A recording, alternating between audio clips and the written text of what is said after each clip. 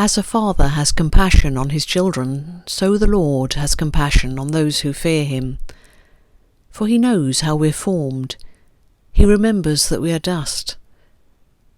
The life of mortals is like grass. They flourish like a flower of the field.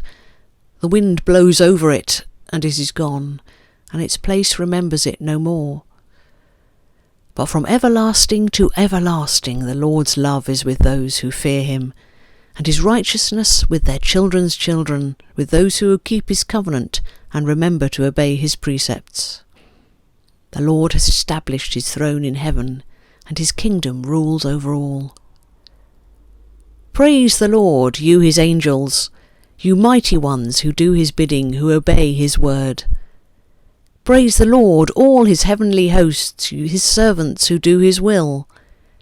Praise the Lord, all his works, everywhere in his dominion. Praise the Lord, my soul.